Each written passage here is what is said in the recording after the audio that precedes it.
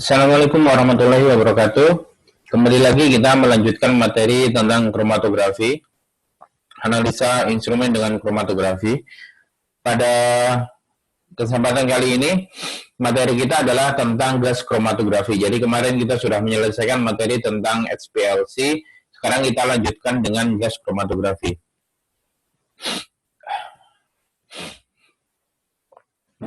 Pada dasarnya, prinsip kerja antara instrumen kromatografi dengan instrumen kromatografi gas dengan instrumen kromatografi cair atau HPLC itu sebenarnya sama, hanya saja pada instrumen kromatografi gas itu, jadi pada kromatografi gas fase gerak yang digunakan itu berupa gas, ya, dia harus berupa gas.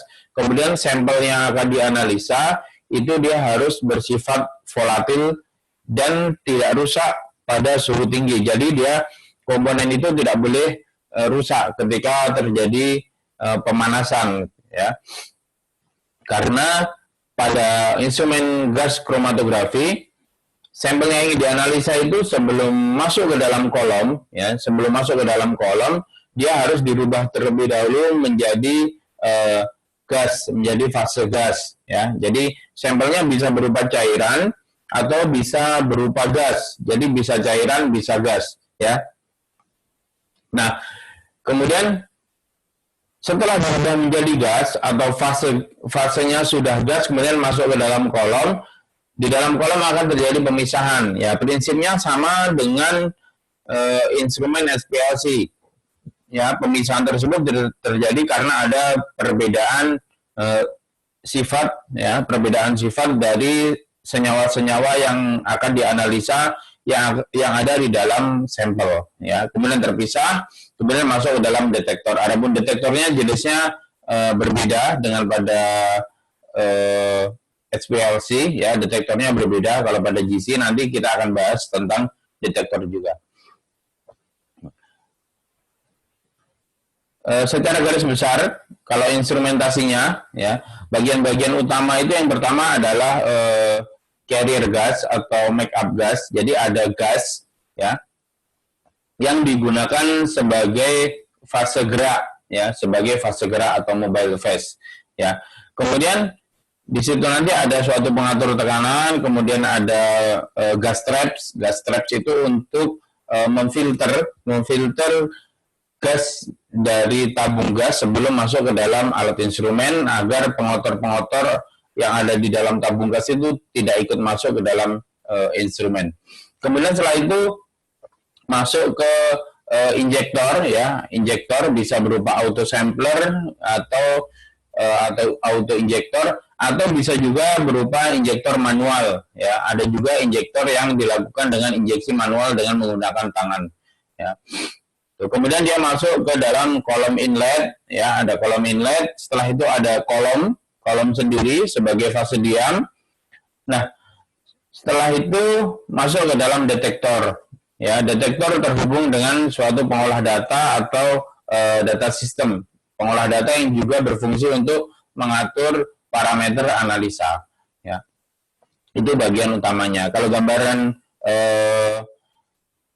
fotonya kurang lebih seperti ini, ya. Ini ada vial sampel, ya, ini ada auto injektor, ya, ini auto sampler, ini auto injektor. Kemudian masuk, ya.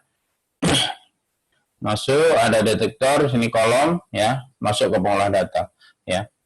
Kurang lebih seperti itu, ya. Nanti kita bisa lihat di laboratorium, ya. Mungkin sedikit berbeda dengan yang ada di gambar karena memang tipe dan merek instrumen kromatografi itu sangat bermacam sekali banyaknya. Jadi kebetulan yang ada di sekolah nanti berbeda dengan yang ada di gambar. Nanti kita lihat pada saat kita melakukan praktikum di sekolah. Nah, sekarang yang pertama kita bahas terlebih dahulu tentang carrier gas. Nah, carrier gas itu merupakan gas pembawa yang mengalirkan sampel melewati kolom dan melewati detektor, ya. Ada beberapa syaratnya sebenarnya sama dengan syarat-syarat pada fase gerak pada instrumen HPLC, ya. Dia harus mempunyai kemurnian yang tinggi, kemudian inert, ya, dan kemudian cocok dengan detektor yang digunakan, ya. Seperti itu. Carrier gas yang biasa digunakan itu helium, ya, kemudian nitrogen, ya, kemudian argon, ya. Tapi yang paling banyak, yang paling sering dijumpai itu helium dan nitrogen, ya.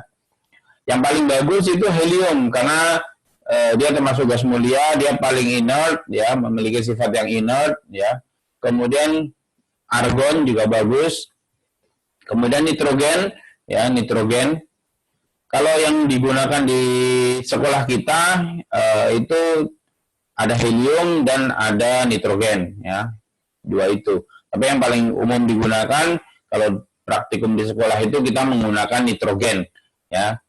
Karena harga nitrogen itu cukup rendah, ya, cukup rendah, kemudian cukup bagus, ya, cukup lumayan bagus untuk kita gunakan analisa untuk melaksanakan praktikum di sekolah, ya. Tapi bisa juga instrumen kita itu bisa menggunakan helium, bisa menggunakan nitrogen, dan itu tinggal diatur saja, ya, tinggal diatur saja dengan softwarenya kita mau pilih fase gerak yang mana yang kita gunakan, ya. Jadi harus ada pengaturan dulu, ya, di instrumennya sebelum kita rubah helium ke nitrogen atau nitrogen ke helium atau sebaliknya, seperti itu.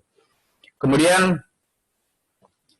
injektor. Nah, setelah ada fase gerak itu ada injektor yang utama, ya, berfungsi untuk menghubungkan sampel yang ada di dalam siring atau yang akan kita injeksikan dengan kolom. Yang pertama menghubungkan, ya. Yang kedua dia mengubah sampel yang berbentuk cair menjadi uap atau gas dengan cara pemanasan. Nah, di sini di dalam injektor ini ada yang namanya pemanasan. Jika ada yang namanya pemanasan untuk menguapkan sampel jika sampel itu berbentuk cairan, ya. Tapi jika sampel itu sudah berbentuk gas atau berbentuk uap, kita tidak perlu lagi melakukan penguapan, proses penguapan. Jadi kita bisa langsung memasukkan sampel ke dalam kolom dengan dibawa oleh fase gerak, ya. Jadi kalau sampelnya sudah berbentuk gas tidak perlu dirubah lagi, ya. Atau mungkin hanya perubahan suhu saja, itu bisa. Tapi kalau sampelnya berbentuk cair, dia harus diuapkan terlebih dahulu. Nah, tempat penguapan itu terjadi di dalam injektor, ya. Kemudian setelah diuapkan dia akan tercampur dengan fase gerak atau carrier gas, ya. Kemudian dia masuk ke dalam kolom seperti itu. Nah, ada beberapa tipe injektor. Yang pertama itu split and splitless, ya. Split and splitless injektor. Split injektor atau split injection itu di split injection ini biasanya sebagian sampel. Jadi kalau kita injeksikan sampel katakanlah 1 mikroliter dalam bentuk cairan, kemudian dirubah menjadi gas, diuapkan, sebagian hasil penguapan tadi itu sebagian dibuang, ya, sebagian dibuang, ya. Kenapa? Karena biasanya ini cocok digunakan untuk sampel yang memiliki konsentrasi yang sangat tinggi konsentrasinya. Kenapa kok harus sebagian dibuang, Pak? Kenapa tidak dikurangi saja volume injeksinya? Nah, ketika kita mengurangi volume injeksi, itu kesalahan akan lebih besar. Nilai presisi akan lebih besar. Itu. Makanya kita tidak mengurangi volume injeksi 1 atau 2 mikro misalkan, 1 atau 2 mikroliter, kita tidak kurangi lagi karena itu nilai jumlah 1 mikroliter sudah sangat kecil.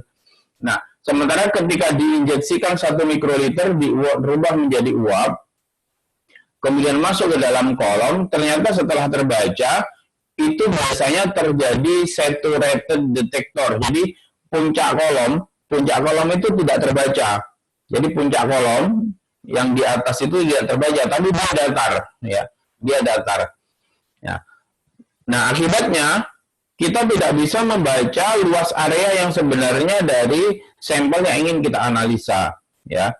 Terus solusinya gimana? Solusinya kita rubah menjadi split, dibuang sebagian, split, dipotong sebagian dibuang. Nah, tanpa mengurangi volume injeksi yang 1 mikroliter. Nah, adapun pengaturan split injector itu biasanya pasti ada di setiap instrumen yang menggunakan split injector. Itu akan ada. Biasanya itu nama pengaturannya itu split ratio, ya. Jadi split ratio diatur di situ. Berapa kita buat split ratio agar puncak itu terbaca. Jadi memang bagaimana kita mengetahui apakah sampel ini harus dilakukan split injector atau tidak? Ya memang pertama kita injek dulu tanpa split. Atau katakanlah splitnya kecil, split rasionya 10 split rasio. Kemudian kita injek ternyata terjadi saturated detector, maka kita boleh menaikkan split rasio yang kita inginkan. Misalkan tadi 10 split rasionya 10 itu terjadi saturated detector, ya, peaknya tidak terbaca, terlalu tinggi. Kita coba naikkan split rasionya menjadi 50 misalkan. Ketika dinaikkan 50, ternyata puncaknya masih belum kelihatan. Kita bisa naikkan lagi misalkan sampai 100 atau 200. Jadi bebas ya sebenarnya. Tapi kita harus coba-coba memang jika kita ada sampel baru yang kita tidak tahu. Ya. Tapi kalau misalnya kita sudah punya sampel rutin, misalkan kita analisa alkohol lah, misalkan minyak bumi lah atau apa, kita biasanya kita hafal ya. Oh, kalau saya injek alkohol dengan konsentrasi dengan pengenceran sekian, berarti split ratio yang saya butuhkan itu kurang lebih sekian. Itu kita akan hafal ya, dan itu akan tersimpan di metode kita. Itu split ratio. Jadi split ratio itu tujuannya itu tadi, ketika sampelnya terjadi saturated detector, ya kita buat split ratio. Kenapa? Sebagian akan dibuang setelah diuapkan. Jadi membuangnya itu setelah diuapkan. Jadi kita injeksinya tetap 1 atau 2 mikroliter, kemudian setelah diuapkan, sebagian dibuang. Nah, jadi berbeda kalau kita misalnya 1 mikroliter injeksinya kita kurangin jadi 0,5. Nah, itu akan sangat kecil sekali dan akan menyebabkan nilai presisi yang terlalu besar. Ya, jadi solusinya biar nilai presisinya tidak terlalu besar, kita buat saja split injector. Nah, kemudian ada splitless injection, ya. Biasanya itu sampelnya itu semi volatil, ya. Biasanya, ya. Tapi intinya tadi, ketika kita berubah ke splitless injector atau tanpa split, tanpa pembuangan hasil penguapan, yang penting intinya puncak masih terbaca. Maka kita bisa gunakan splitless injector. Nah, biasanya untuk sampel-sampel yang kadarnya kecil yang kita tidak perlu membutuhkan split atau pembuangan hasil penguapan. Itu kalau splitless injector. Dan satu paket, injektor 2 ini satu paket, split and splitless. Karena kita bisa atur split and splitless. Seperti itu. Gambarnya seperti ini kurang lebih, ya. Jadi sampel itu masuk dari atas ini. Ini ada namanya needle guide, ya. Kemudian ada namanya septum. Ya, septum itu semacam karet, ya. Nanti saya tunjukkan ketika kita di video tentang bagian-bagian dari alat instrumen, ya. Nanti akan saya perlihatkan videonya, ya. Kemudian setelah septum akan masuk ke dalam injektornya sendiri. Di sini ada gas masuk, ya, ada gas masuk. Di sini ada septum purge outlet, ya, atau untuk pembuangan tadi. Kemudian ada split outlet untuk membuang hasil penguapan tadi, ya. Kemudian di sini terjadi pemanasan, ya, di dalam sini terjadi pemanasan, penguapan dirubah menjadi uap, ya. Kemudian setelah jadi uap akan dibawa oleh carrier gas masuk ke dalam kolom. Jadi yang bawah ini kolom. Ya, kebetulan ini yang dicontohkan di sini kolom kapiler, ya. Nanti seperti apa kolom kapiler akan saya tunjukkan, ya. Oke, kemudian injektor yang selanjutnya setelah split and splitless ada injektor namanya on column injektor, ya. On column injektor. Nah, biasanya kalau pada injektor ini, sampel diinjeksi dalam kolom itu dalam temperatur rendah. Jadi uh, sampelnya itu mudah sekali menguap ya. Jadi pada suhu yang cukup rendah saja cukup sudah menguap di suhu 70, 80 katakanlah itu sudah menguap. Dan ini cocok untuk komponen yang labil terhadap panas. Jadi ketika terjadi pemanasan itu cepat rusak ya. Berbeda ketika kita panaskan, komponen itu tetap stabil, tidak masalah meskipun dia mudah menguap. Kalau kita panaskan itu komponen, dia tetap stabil, tidak rusak. Dia tidak masalah menggunakan injektor jenis lain. Tapi kalau dia gampang rusak ketika terjadi pemanasan, maka cocoknya kita gunakan on column injektor. Jadi nanti dari searing injection itu masuk sampel ya, dia akan langsung masuk ke kolom glass insert yang cukup kecil lubangnya, kemudian dia langsung masuk ke dalam kolom ya. Jadi lubang di sini kecil. Berbeda, perhatikan tadi dengan kolom ini yang di atas ini. Nah, ini ruang penguapannya besar. Ini ada ruang penguapan yang cukup besar. Sementara pada on column injektor di sini ruangnya cukup sempit, jadi tidak terlalu banyak proses penguapan ya. Kemudian masuk ke dalam kolom langsung. Nah, cuma kelemahannya injektor jenis ini akan menyebabkan kolom itu cepat terkontaminasi ya, cepat terkontaminasi oleh senyawa yang non volatil. Jadi dalam sampel itu tidak mungkin semua senyawanya itu volatil semua ya. Jadi ada beberapa senyawa yang mungkin non volatil yang ada di dalam sampel. Nah, senyawa yang non volatil itu terkadang kalau kita gunakan injektor jenis ini itu dapat menyebabkan kontaminasi kolom ya, kolomnya akan kotor seperti itu. Solusinya gimana? Solusinya ya mungkin kolomnya mungkin perlu dipotong. Nah, itu nanti kita bahas pada video tentang maintenance ya. Nah, bagiannya seperti ini. Lanjut. Kemudian kolom yang paling banyak lagi digunakan itu namanya Programmed Temperature Vaporizing Injector. Jadi PTV injector. Jadi dia itu terprogram ya, terprogram. Jadi komponen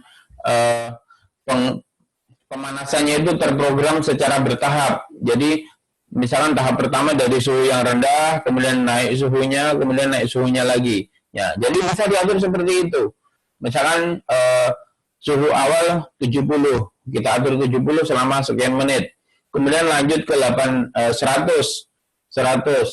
sekian menit. Kemudian lanjut ke 200 sekian menit. Nah, itu biasanya digunakan untuk komponen yang di dalam sampel yang di dalamnya itu ada komponen yang banyak jenis komponennya. Maksudnya ada yang mudah menguap, ada yang semi volatil, ada yang sangat volatil sekali. Ya, ada yang sangat sulit menguap. Ya, jadi yang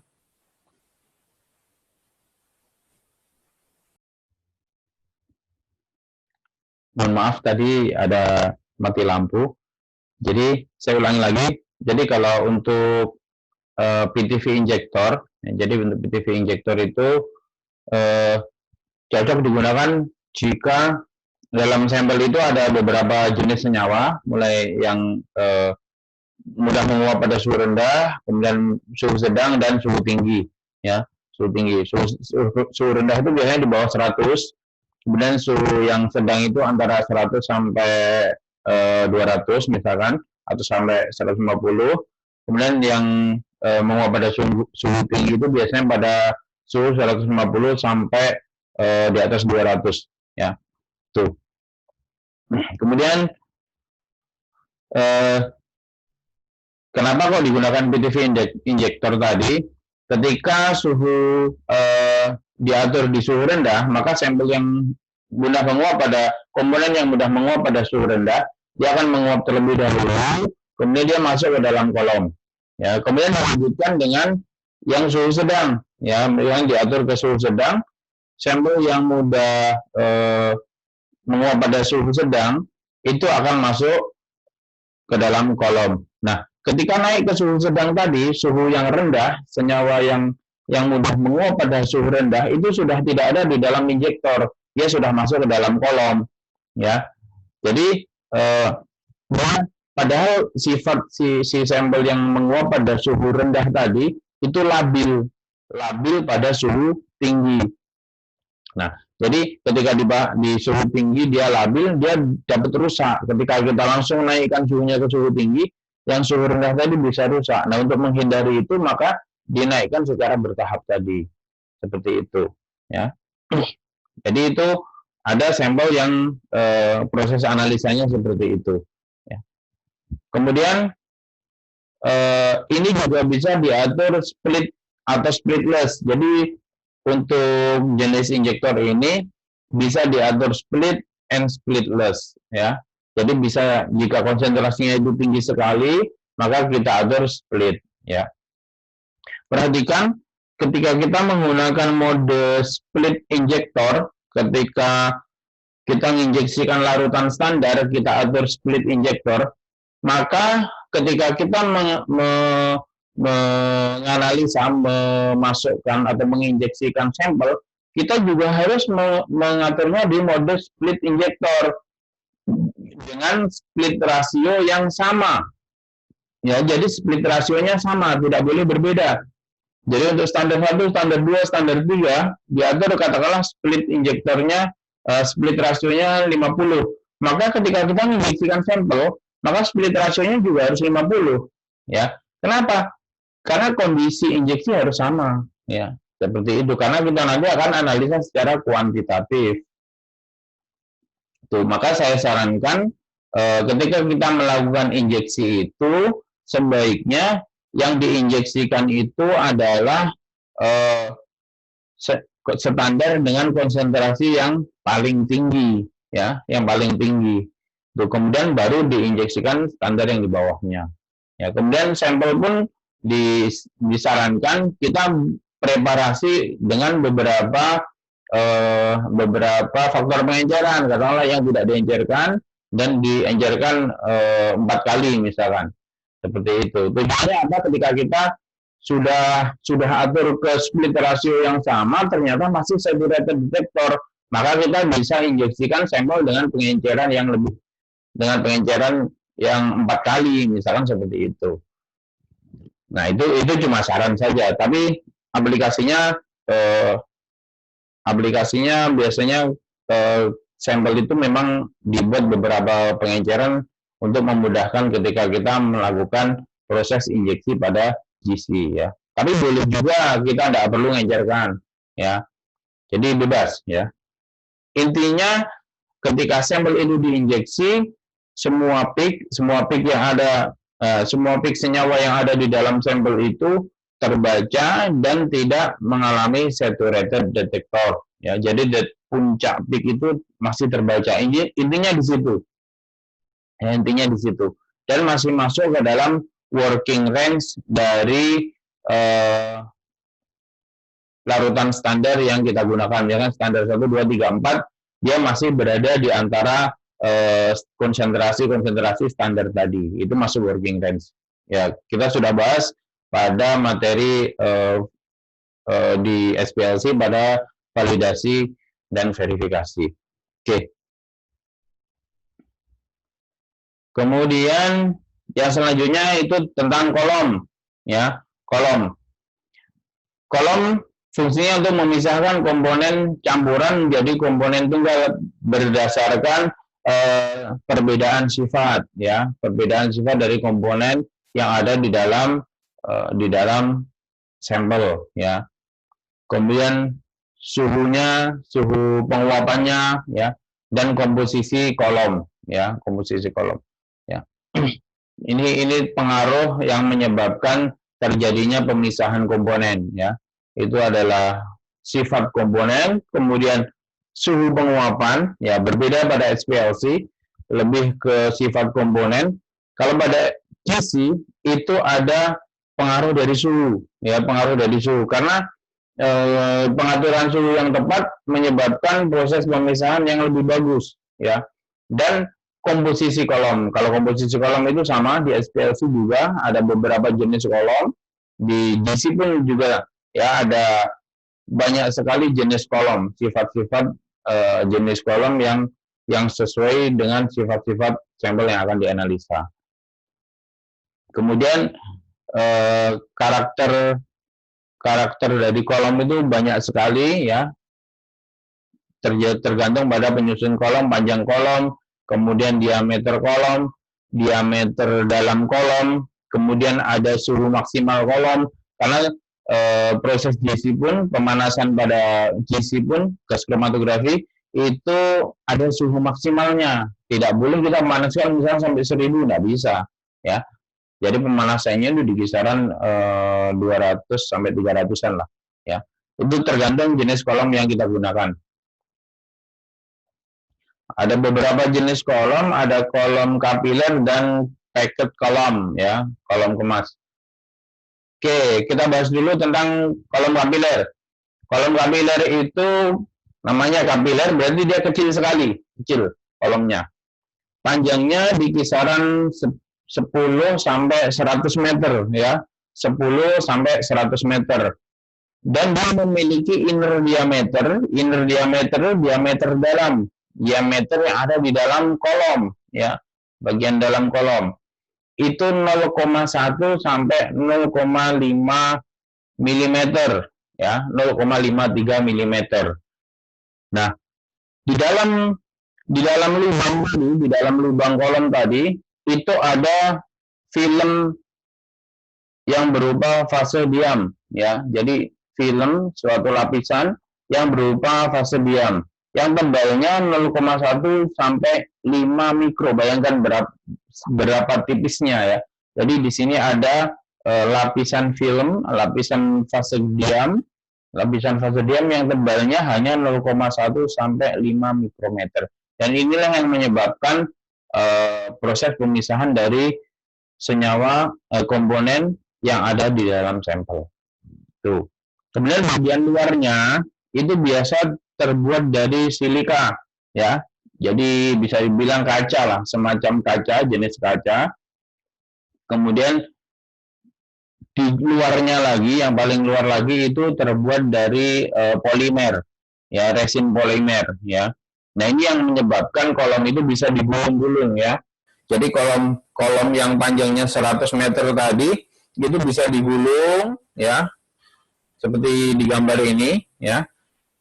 Itu karena ada resin polimer. Bayangkan kalau kita punya kolom yang panjangnya 100 meter dan dia tidak bisa digulung. Nah, maka mungkin alat instrumen SPLC kita itu panjangnya harus 100 meter dan membutuhkan ruangan yang sangat panjang. Nah, itu tidak mungkin. Ya, makanya kolom kapiler itu cukup kecil, ya. Terdiri dari fase diam, kemudian silika, kaca silika, semacam kaca, kemudian dilapisi lagi dengan resin polimer di bagian luarnya. Nah, resin polimer itu akan digulung, ya. Yang menyebabkan resin polimer tadi menyebabkan kolom yang kecil tadi itu bisa digulung, yang panjang tadi, tuh, supaya tidak patah. Karena kalau kaca saja, tadi kita tahu kaca, cubing kacanya itu bisa pecah, ya, kalau digulung, ya. Makanya kita lapisi dengan resin polimer supaya lebih lentur. Tuh, itu kolom kapiler. Kemudian kalau packet kolom itu semacam pipa dari stainless, ya, stainless biasanya, yang di dalamnya itu ada partikel fase diam, ya, dia bulatan-bulatan kecil, sama pada SPLC, ya, di dalamnya ada partikel fase diam. Nah, di antara partikel fase diam yang bulat-bulat itu akan ada rongga-rongga. Nah, disitulah nanti carrier gas itu membawa komponen yang akan dianalisa melewati kolom. Jadi melewati celah-celah ini, melewati celah-celah yang ada di antara partikel fase diam. Tuh. Kalau jenis penyusunnya biasanya silika gel, ya, atau alumina yang diaktifasi, ya, alumina yang diaktifasi atau silika, ya. Tuh. Mirip dengan di SPLC, ya. Ukurannya pun lebih besar dan panjangnya lebih pendek. Kalau tadi itu sampai 100 meter, kalau pada packet column itu paling maksimal hanya 20 meter ya. Panjangnya setengah meter sampai 20 meter. Kita punya juga. Kemudian inner diameternya, diameter dalam ini, diameter dalamnya itu 2 sampai 4 mm. Jadi agak besar sedikit. Kalau tadi hanya 0,1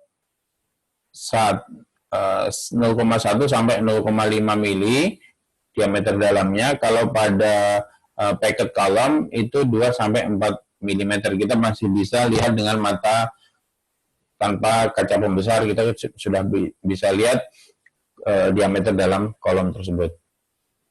Itu.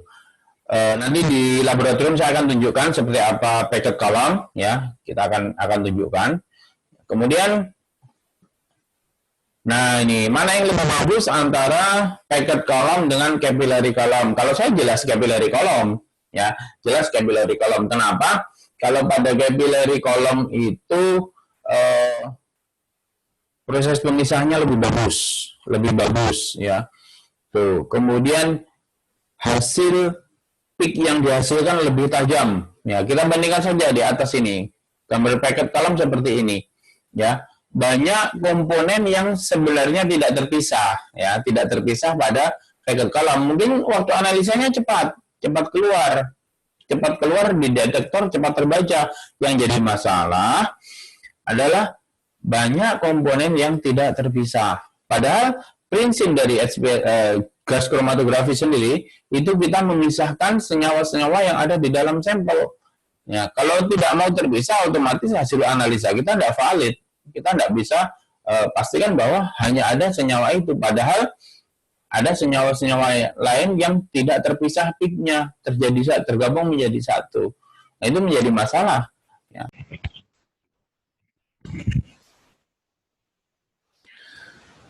Oke, kita lanjutkan.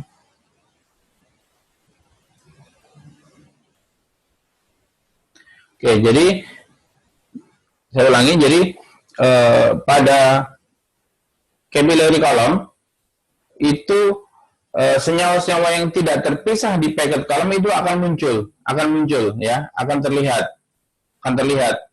ya, akan terlihat. Nah, inilah keuntungan kolom kapiler, tapi mungkin waktu analisanya akan lebih panjang ya, karena ada proses pemisahan yang lebih banyak dari masing-masing komponen yang ada di dalam sampel ya, seperti itu. Kalau dari segi harga umumnya capillary column jauh lebih mahal ya, jauh lebih mahal dibanding dengan packet column. Itu. Dan mungkin sampai sini dulu untuk pembahasan hari ini. Kita lanjutkan di pertemuan yang selanjutnya. Wassalamualaikum warahmatullahi wabarakatuh. Jika ada pertanyaan, langsung saja ya di Google Classroom atau di komentar. Oke. Assalamualaikum warahmatullahi wabarakatuh.